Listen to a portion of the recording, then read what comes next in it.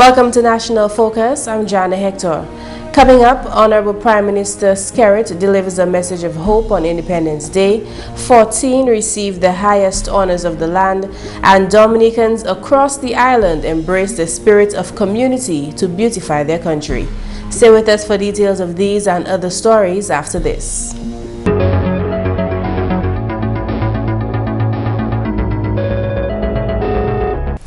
Thanks for staying with us.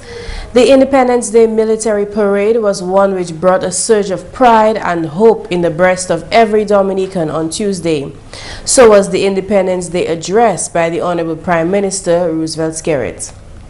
Even though each stepping stone has been challenging, this particular one is probably the most slippery we have experienced so far.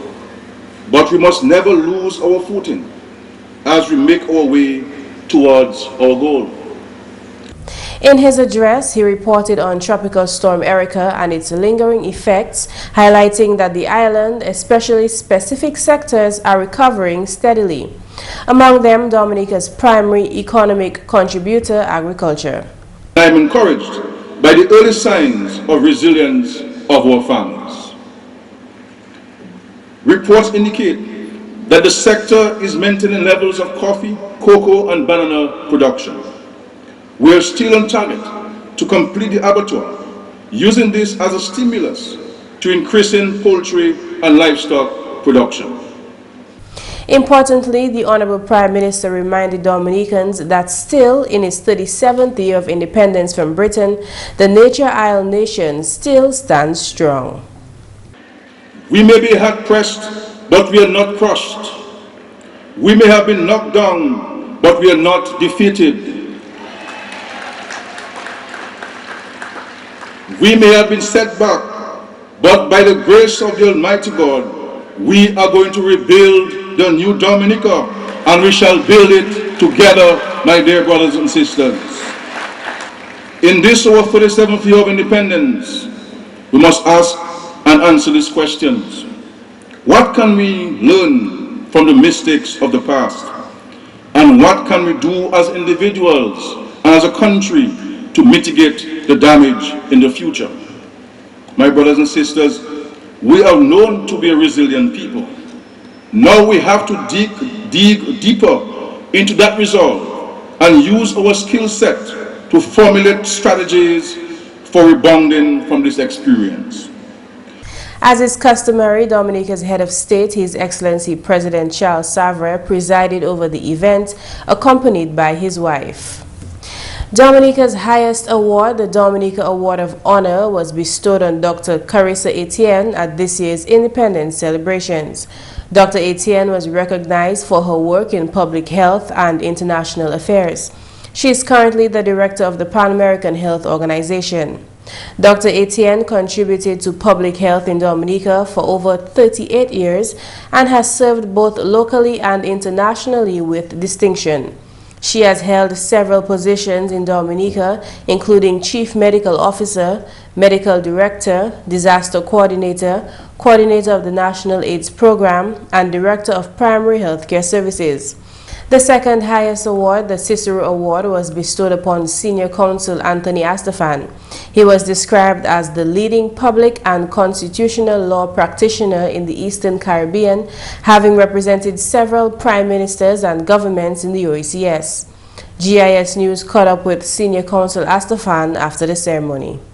I feel proud. I feel it's a sense of satisfaction because the legal profession, like politics, really, despite all of the public clamoring and the public applause and everything, it's a really lonely profession, particularly when it gets contentious and hostile, as it does many times.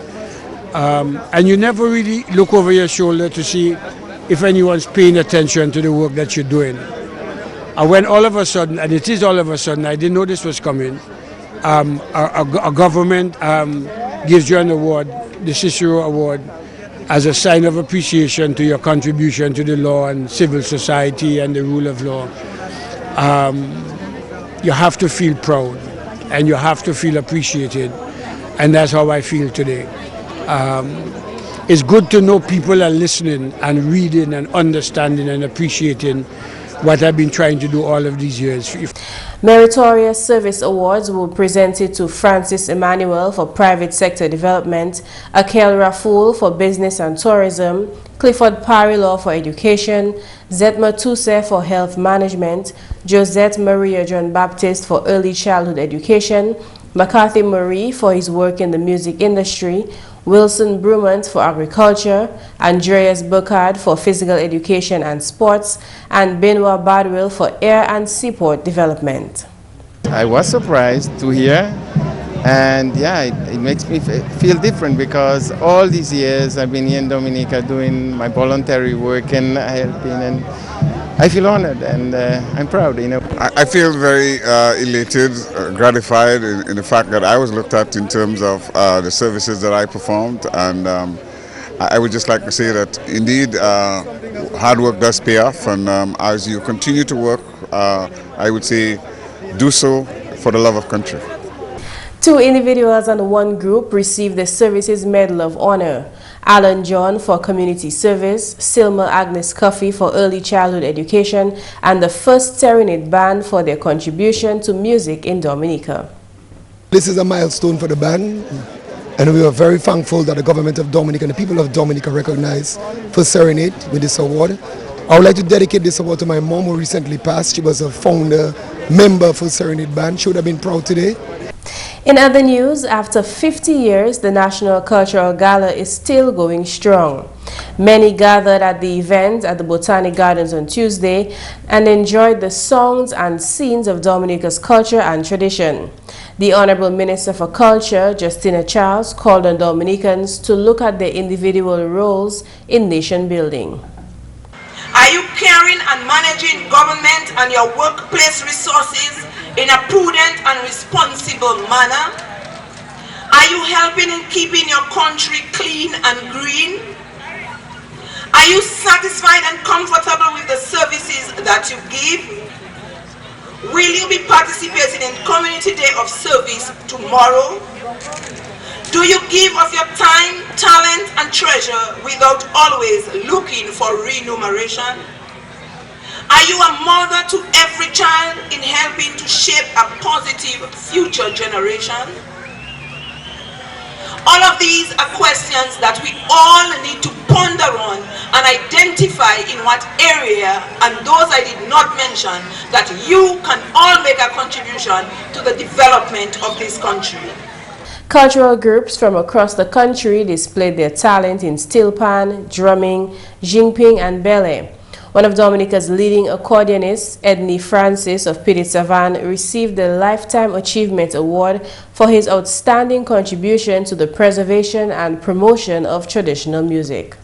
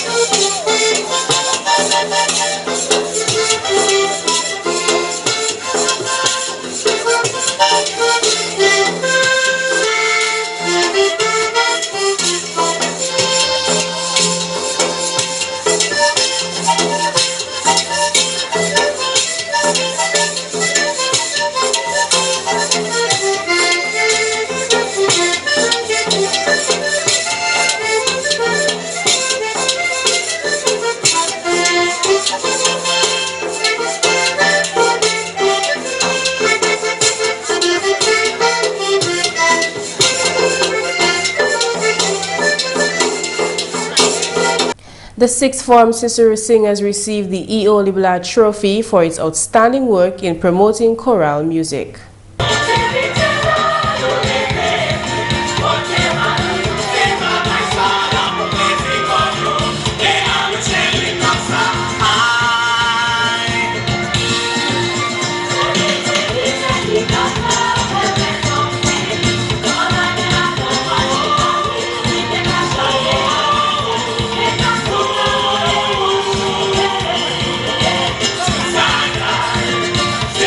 Salam,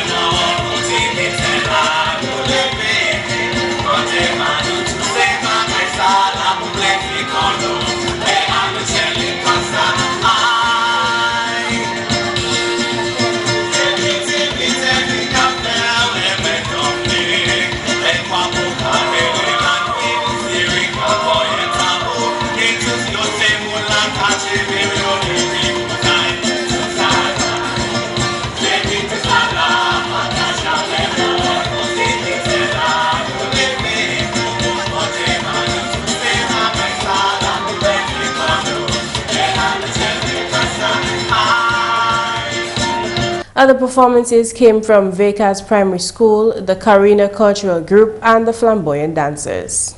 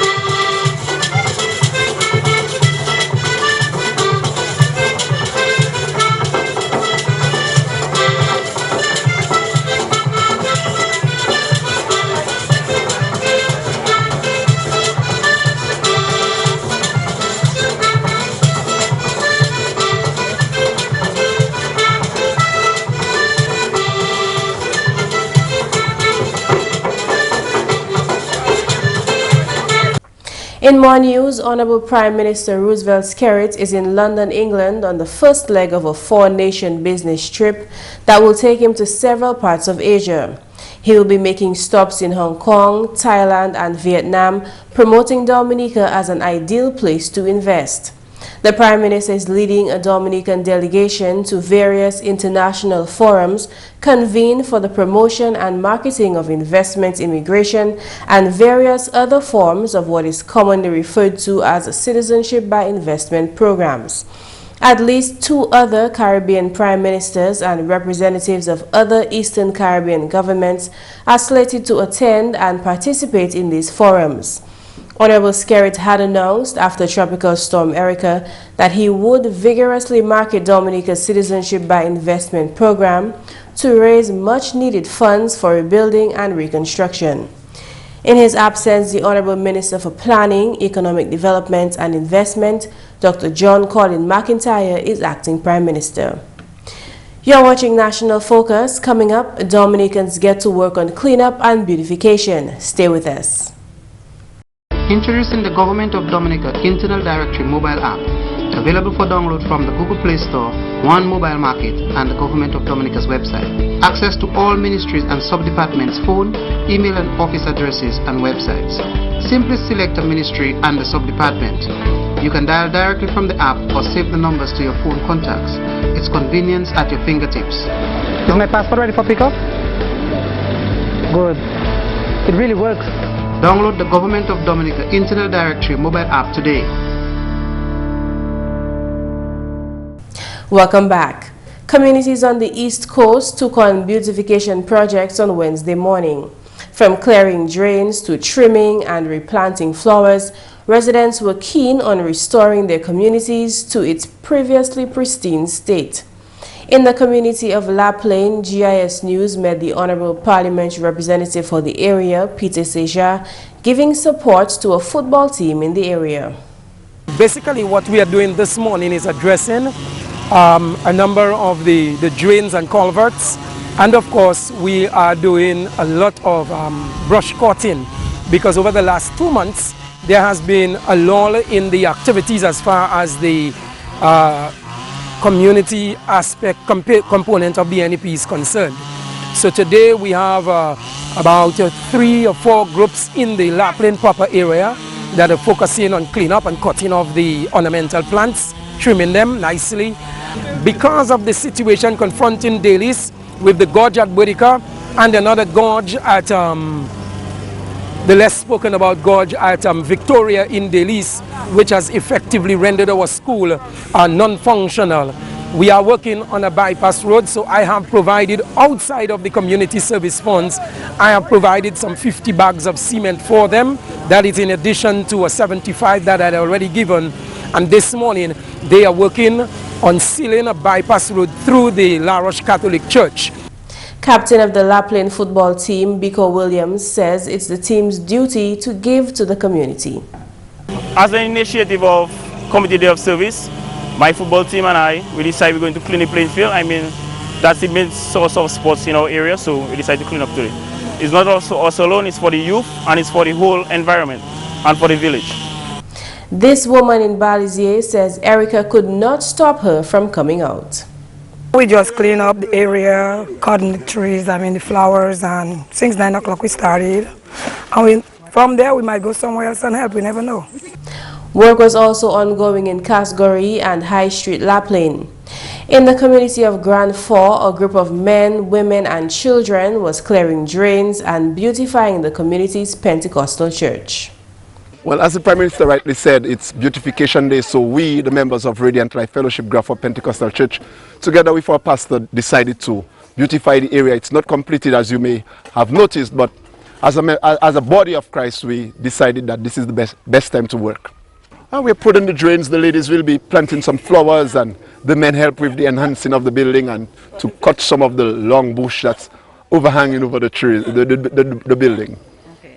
In Good Hope, we met the Honorable Parliamentary Representative for the Castlebruce constituency, where up to 50 people had formed 3 teams to work. I have said before that the Good Hope people, they are resilient people. They respond when they have to. And coming out of Tropical Storm Erica, we realize the effect of block drains has on our community. So the community are presently well mobilized. Not everybody is here, but you can see the community, they're working very hard, clearing the drains, planting their flowers, supporting what we've been doing through the beautification effort of the NEP and so on. And they are in good spirits, they are cooking their food. And what's important, this is just one area. There are about 2 or 3 areas in Good Hope where the communities have gathered, and there are areas in Pidisufre where the community have gathered. And the residents of Pidisufre enhanced their village council entrance and beautified other parts of their community. We have been cleaning. We also planting flowers, as you can see from the back. We have been cleaning. We also planting flowers, as you can see from the back. We have roast breadfruits, smoked herring. We have also a soup with dumplings and plantains. So far, we are doing great. Well, right now we're trying to uplift, give our village council office an uplift. You know, the water has been eroding away the earth around the building, so we're trying to keep it up and keep the building from going further down. Well, I mostly have 4 councillors with me. The rest of the villagers, they are around the village, cleaning up, planting flowers. And throughout the Kalinago territory, the community was largely active in cleaning up the roadsides. So we swiping the road, cleaning our area, the imaginary area. We start from here to the resource center on the other side. I'd have a group of people from the resource center to take from the resource center up to Sineku. The men did the more labor-intensive jobs while the women raked and planted flowers. Everybody is together. It's only mostly one family, so everybody is cooperating very well. No problem, no trouble. In Salibia, quite a number of people were engaged in a project which began last year by the Salibia Heritage Rehabilitation Group. Back then, it used to be Salibia, whether it's from Atkinson up to Sineku, everything was Salibia. But after a while, because of development, we started having hamlets like Sensi, Sineku. But people basically moved from Salibia because of land slippage. If you watch across here, there used to be a big crack somewhere here. So the school, they had to move the school. So everyone basically left Salibia, and Salibia remained kind of silent. Cozier Frederick, founder and director of the group, revealed that while the task for the day was clearing this area of tall grass to restore playing field, much more work was being done otherwise. We're doing some restorative work on the old Catholic church, which is just down to my left. We're doing some work on the old bay, which was the existing port of entry for the Kalinago territory. We're doing some work also on the old Salabia school. Frederick, who is also District Development Officer for the Kalinago territory, says a $50,000 grant has seen to the start of this project. When this field is cleared, the next step will begin. Just to the back of us here, we have the National Trail. People come along the National Trail, they have the expectations, there's the church there, and most times they are actually still visitors who might need a camping situation. So we're going to do a campsite in the corner and with traditional dwelling, so people from the Dominican population and also overseas can see the traditional lifestyle. Further on in the Kalinago territory, a solar lighting project was intensifying. Nathan Hart is a Barbados-based expert who found himself right at the heart of community of service activities. He was installing panels on the roof of the community library. I'm happy that Dominica is beautiful, and I recognize that your country has one of the highest electrical rates there is in the Caribbean, probably somewhere close to $1 a kilowatt. So this whole step that you're going towards in terms of installing renewable energy is a very positive step for your country. Barbados is one of the leading in the Caribbean, and it's helpful that I'm happy to be here to lend some of the technical abilities to my neighboring country, because what affects one affects all in the Caribbean. The foundation was also being set up for panels at the Village Council office. Because of the roof structure there is not suitable, so what the German company would have done is design a ground mount system, and those boxes will put concrete in those boxes. Those boxes will form a concrete base, so where the racking structure, something similar like this in a triangular basis with an east to west design will fall, and then the solar panels therefore and the racking system will fit on top of those concrete structure when concrete is in it. We asked Hart how he felt about his contribution to Dominica's Community Day of Service. I'm a Caribbean man. I don't see myself as just a Barbadian. I belong to the Caribbean, so anything I can do to help any Caribbean country in terms of renewable energy, which I love, and that's my forte, I'm willing to help. So even though it's a holiday, I'm here to work. We came upon several groups of people working together, some on small roadside projects, and others, like here in Marigot, working on larger projects like road clearing.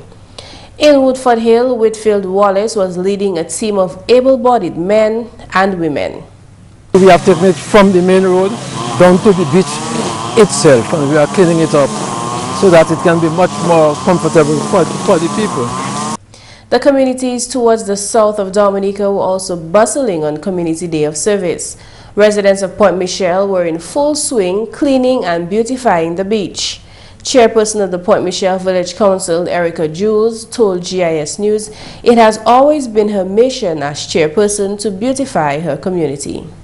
It's a project that I always planned to do in the future. So this is an opportunity, so I just grasped the opportunity, and here we are on Community Day of Service. It's my dream to really create that Point Michel that one would come and really want to live. I always said that I would beautify Point Michel, and it's my main goal, along with the PAL rep, Ian Pinard. He's also a man that he loves beauty, and so I am with him and trying to, achieve our goal.